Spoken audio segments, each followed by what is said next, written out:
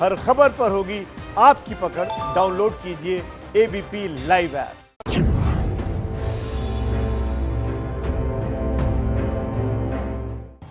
नमस्कार, स्वागत है आपका एबीपी न्यूज में। आपके साथ मैं हूं अखिलेश आनंद।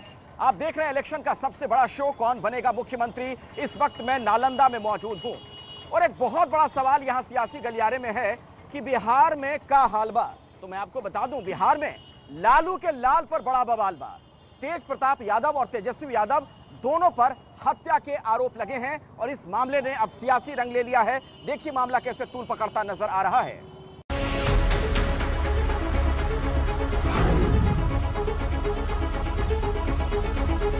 तुमको जो है कि जान से मरवा दिया जाएगा। वो तेजस्वी यादव जी को धमकी में दिए। तेजस्वी यादव, तेज प्रताप यादव, अनिल कुमार साधु और कालो पासवान, सुनीता देवी है, मनोज पासवान है, ये सब मिल के साजिश करके मेरा पति का हत्या करवा दिया। बिहार में चुनाव से ठीक पहले लालू यादव के लाल तेजस्वी सबसे बड़ी मुश्किल में फंस गए हैं। आरजेडी के पूर्व नेता शक्ति मलिक की हत्या के मामले में तेजस्वी और तेज प्रताप दोनों के खिलाफ मुकदमा दर्ज करवाया गया है। शक्ति मलिक की पत्नी खुशबू खुलकर तेजस्वी और तेज प्रताप का नाम ले रही है और कह रही है कि उनके पति की हत्या के लिए यही लोग जिम्मेदार हैं। मेरा पति राजनीतिक में था, राजनीतिक के थ्रू ही मेरा पति का हत्या करवाया गया है। ये लोग मिलके साजिश करके हत्या करवा दिया। तेजस्वी यादव, तेज प्रताप यादव, अनिल कुमार साधु और कालो पासवान, सुनीता देवी है, मनोज पासवान है, ये सब मिल के साजिश करके मेरा पति का हत्या करवा दिया। आरजेडी के पूर्व नेता शक्ति मलिक की हत्या जिस तरह कुछ अपराधियों ने घर में घुसकर की, उसे सुनकर लोगों की रूह कांप गई। रविवार की सुबह तकरीबन 6 बजे के आसपास आरजेडी के पूर्व नेता शक्ति मलिक की दिन दहाड़े गोली मारकर हत्या कर दी गई। मैं घर के ठीक बाहर मौजूद हूँ। सबसे पहले तो मैं आपको वो जगह दिखा देता हूँ। ये जो दरअसल आप जो बांस का टीला देख रहे हैं, इसी के जरिए जो कातिल थे वो अंदर घुसे थे और सुबह 6 बजे के आसपास शक्ति मलिक जो अपने घर में सो रहे थे उनको गोली मार दी गई। और शक्ति मलिक की पत्नी की शिकायत पर पुलिस ने 6 लोगों के खिलाफ केस दर्ज किया है। इनमें तेजस्वी यादव, तेज प्रताप यादव, सुनीता देवी, कालू पासवान, अनिल कुमार साधु और मनोज पासवान शामिल हैं। भारतीय दंड संहिता की धारा 324, 302, 120B, 34 एवं 27 आर्म्स एक्ट, इसके अलावा 32V SC/ST एक्ट के तहत कांड दर्ज किया गया है। शक्ति मलिक ने हत्या से पहले आरजेडी के बड़े नेताओं पर गंभीर आरोप लगाए थे। हत्या से पहले 29 सितंबर का उनका एक वीडियो भी वायरल है, जिसमें शक्ति मलिक ने तेजस्वी यादव का नाम लेते हुए अपनी जान का खतरा बताया था। तेजस्वी यादव जी बोलते हैं कि मेरा पिताजी लालू प्रसाद यादव जी है। अगर तुम अपना आवाज उठाने का काम करोगे या अपना समाज को तुम एक करने का काम करोगे तो तुमको जो है कि जान से मरवा दिया जाएगा। वो तेजस्वी यादव जी को धमकी में दिए। अररिया जिले की रानीगंज सुरक्षित सीट से शक्ति मलिक आरजेडी के टिकट की दावेदारी कर रहे थे। लेन देन का आरोप लगाने के बाद पार्टी ने उन्हें पिछले महीने ही निकाल दिया था। अब शक्ति मलिक की हत्या के बाद जिस तरह उनकी पत्नी चीख चीख कर इंसाफ की गुहार लगा रही है, वो तेजस्वी का ब्लड प्रेशर बढ़ाने के लिए काफी है। तेज प्रताप यादव, तेजस्वी यादव, अनिल कुमार साधु, कालो पासवान, सुनीता देवी और मनोज पासवान, यही लोग में षड्यंत्र करके मेरा पति को गोली मरवा दिया, हत्या करवा दिया। लड़ेंगे सर, हम डूब करेंगे, मेहनत करेंगे। जैसे मेरा पति दिन रात मेहनत करता था वैसे हम भी करेंगे। देश में दलितों को लेकर सियासी सरगर्मी एक बार फिर से तेज हो गई है। हाथरस का मामला ठंडा भी नहीं हुआ कि अब बिहार में तेजस्वी यादव पर एक दलित नेता की हत्या का आरोप लग गया है। शक्ति मलिक मामले ने किस तरीके से सियासी रंग ले लिया है और कैसे इस पर अब जमकर राजनीति हो रही है, आपको एक रिपोर्ट दिखाते हैं। आप आज चुप क्यों हैं? इसका जवाब कौन देगा तेजस्वी जी? इसका जवाब कौन देगा तेज प्रताप जी?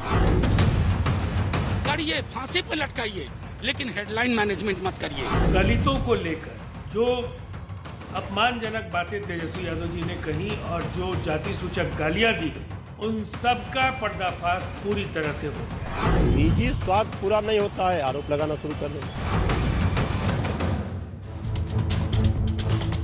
चुनावी चक्रव्यूह में पहले से फंसे तेजस्वी यादव अब एक ऐसी मुसीबत में घिर गए हैं जिसे लेकर उनकी घिघी बन गई है। विरोधियों को बैठे बिठाए तेजस्वी के खिलाफ बड़ा मुद्दा हाथ लग गया है और अपनी पार्टी के नेता शक्ति मलिक की हत्या को लेकर उन पर एक के बाद एक शब्द बाण चलाए जा रहे हैं। तेज प्रताप और तेजस्वी जी जो पहले उप मुख्यमंत्री रह चुके हैं और जिनके चेहरे के दम पर आज ऑपोजिशन वहां राजनीति कर रही है, और तेज प्रताप जी जो पहले मंत्री रह चुके हैं, दोनों का नाम दलित नेता की पत्नी ने स्वयं एफआईआर में दर्ज कराया है। दलितों को लेकर जो अपमानजनक बातें तेजस्वी यादव जी ने कही और जो जाति सूचक गालियां दी गई, उन सब का पर्दाफाश पूरी तरह से हो गया है। आरजेडी के पूर्व नेता शक्ति मलिक की हत्या के मामले में तेजस्वी की चुप्पी लगातार बनी हुई है। एबीपी न्यूज ने तेजस्वी और तेज प्रताप दोनों को फोन कर उनका पक्ष जानने की कोशिश की, लेकिन उनसे संपर्क नहीं हो पाया।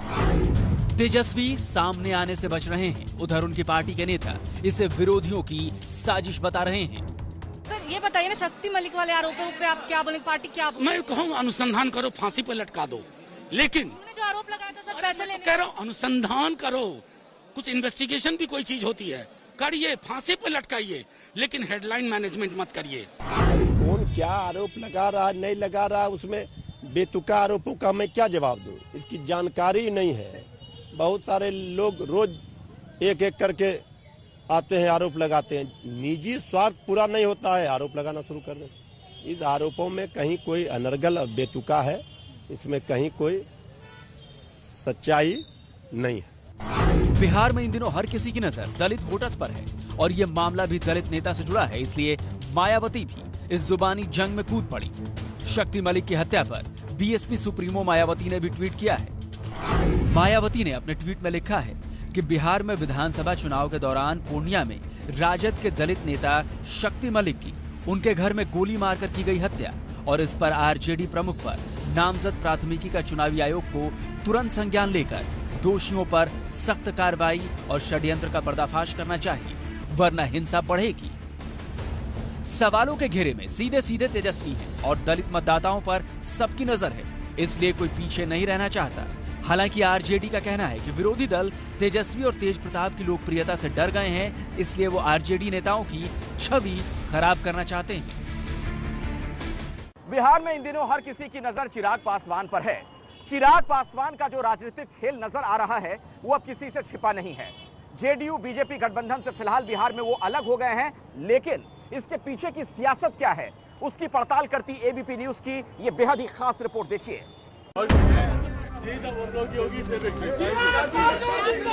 नीतीश कुमार को खुली चुनौती देने वाले एलजेपी के चश्मो चिराग पासवान ने भले ही एनडीए से किनारा कर लिया है, लेकिन प्रधानमंत्री नरेंद्र मोदी की तारीफ और बीजेपी से उनका लगाव साफ कहता है कि भविष्य को लेकर उन्होंने मन में बड़ी हसरत पाल रखी है। मंत्री जी पिछले 15 साल से बिहार में मुख्यमंत्री होने के बावजूद धरातल तक वो अपने विकास के कार्यों को नहीं उतार पाए, तो जनता का विश्वास जरूर उनके प्रत्याशियों से उठ चुका है।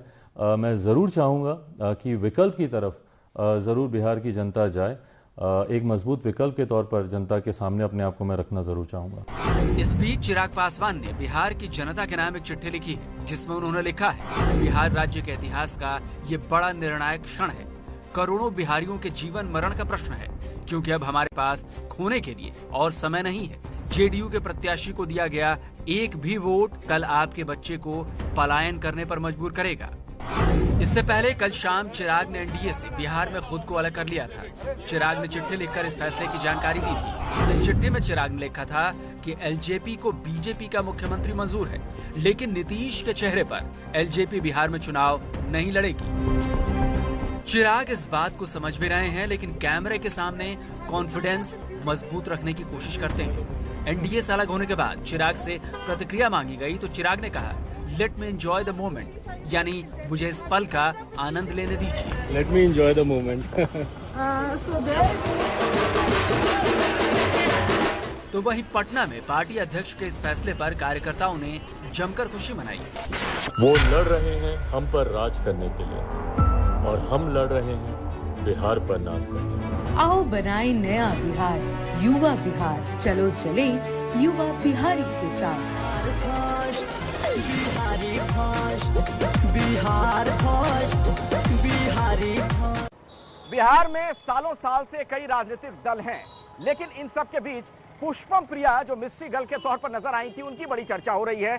आखिर क्या है उनका सियासी मकसद और किस सीट से वो चुनाव लड़ने जा रही हैं? हम आपको इसकी पड़ताल करती एक खास रिपोर्ट दिखाने वाले हैं।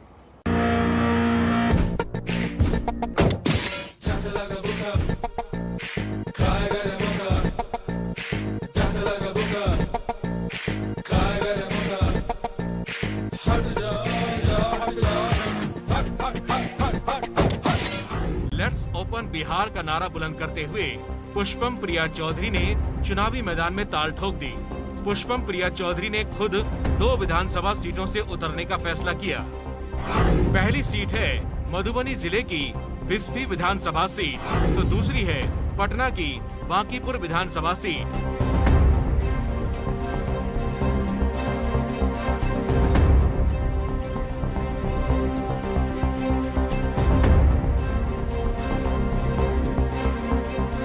साथ ही साथ पुष्पम प्रिया ने अपनी प्लूरल्स पार्टी के पहले चरण के 40 उम्मीदवारों की घोषणा की।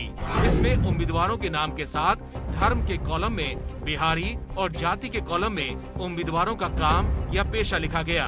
पुष्पम ने जिन उम्मीदवारों को सियासी मैदान में उतारा है, उनमें engineer, teacher, retired navy officer और समाज सेवक शामिल हैं।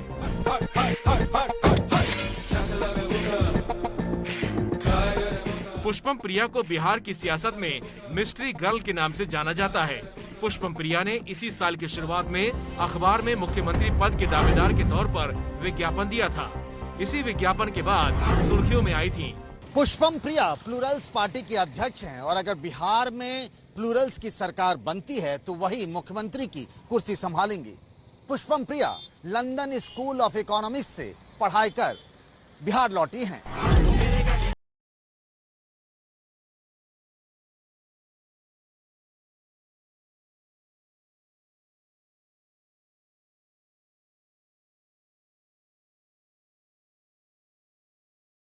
पुष्पम प्रिया का कहना है कि अगर सरकार बनी तो शिक्षा, कृषि और उद्योग धंधों की शुरुआत करके बिहार की तस्वीर बदलना ही राजनीति में आने का लक्ष्य है।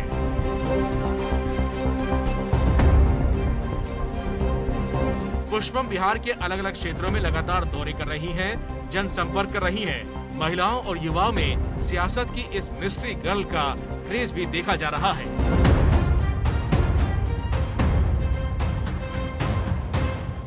नेता रमा सिंह का आरजेडी से चुनाव लड़ना तय हो गया है। तेजस्वी यादव से उन्होंने मुलाकात की। आपको बता दें, ये वही रमा सिंह हैं जिनकी वजह से रघुवंश बाबू ने आरजेडी छोड़ने की बात कही थी। कि मेरे साथ इस वक्त रमा सिंह है। सर, मुझे एक तो स्पष्ट कीजिए कि क्या आप आरजेडी ज्वाइन कर रहे हैं?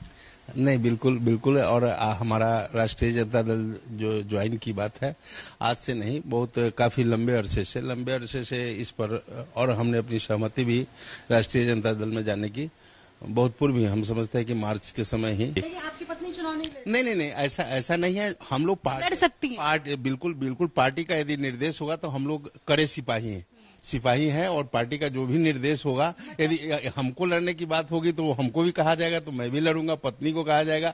जिसको लड़ाने की बात होगी तो हम लोग ईमानदारी और अभी आप कह रहे हैं कि फाइनल नहीं हुआ, लेकिन हाँ ना की स्थिति में। नहीं, देखिए, फाइनल की कोई बात नहीं है। हमने कहा कि पार्टी का जो भी निर्देश होगा, पार्टी के जो नेता है जो तय करेंगे उसका पालन हम अक्षरशः पालन करने वाले लोग हैं। मुझे ये बताइए कि जिस तरीके से पिछले कुछ दिनों में हमने देखा आरजेडी के अंदर जो अंदरूनी कलह की आप जो बात कर रहे हैं, रघुवंश प्रसाद सिंह लंबे समय से ये कहा जा रहा था कि वो आपके आने के खिलाफ है। उन्होंने चिट्ठी लिखा, उन्होंने कहा कि उनकी बात नहीं मानी जा रही है। आपको नहीं लगता कि जो उनके समर्थक हैं वो आपका विरोध करेंगे? कैसे लड़ेंगे आप इससे? लड़ाई तो हमारी आदत है, हमारे डीएनए में लड़ाई लड़ने की आदत है और हम हमेशा लड़ते रहते हैं और इसकी परवाह हम नहीं करते कि कौन विरोध कर। और प्रजातंत्र है, लोकतंत्र है, तो इसमें तो समर्थन और विरोध झेलना तो। और अब बात कर लेते हैं बिग बॉस फेम दीपक ठाकुर की, जो एबीपी न्यूज के साथ बिहार चुनाव पर हर रंग भरने वाले हैं। किस तरीके के सियासी रंग नजर आएंगे दीपक ठाकुर के एबीपी न्यूज पर, आपको बताते हैं।